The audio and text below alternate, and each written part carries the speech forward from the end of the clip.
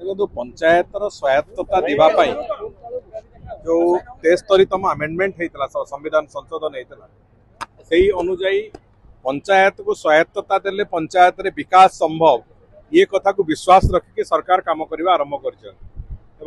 आज जातीय पंचायतराज दिवस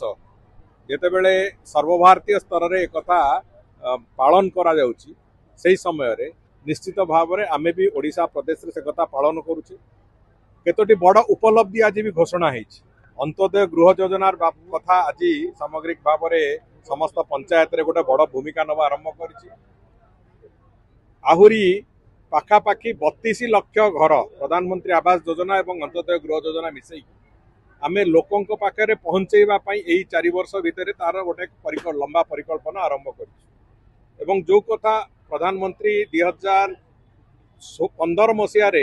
लालकिला कही समस्त मुंड उपर पक्का घर रो से परिकल्पना को आमे साकार रूप देवाई एक व्यवस्था आरंभ कर आज भी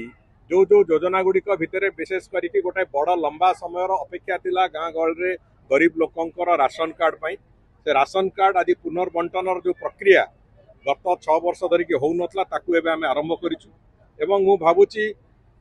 प्रति ग्रामांचल रे रहुतिबा गाँ मानकर रहुतिबा कोनोसी योग्य हिताधिकारी जेतरे वंचित न रहू सेटा लक्ष्य हमरो से लक्ष्य नै कि आमे चलिबा आरंभ करिछु तेणु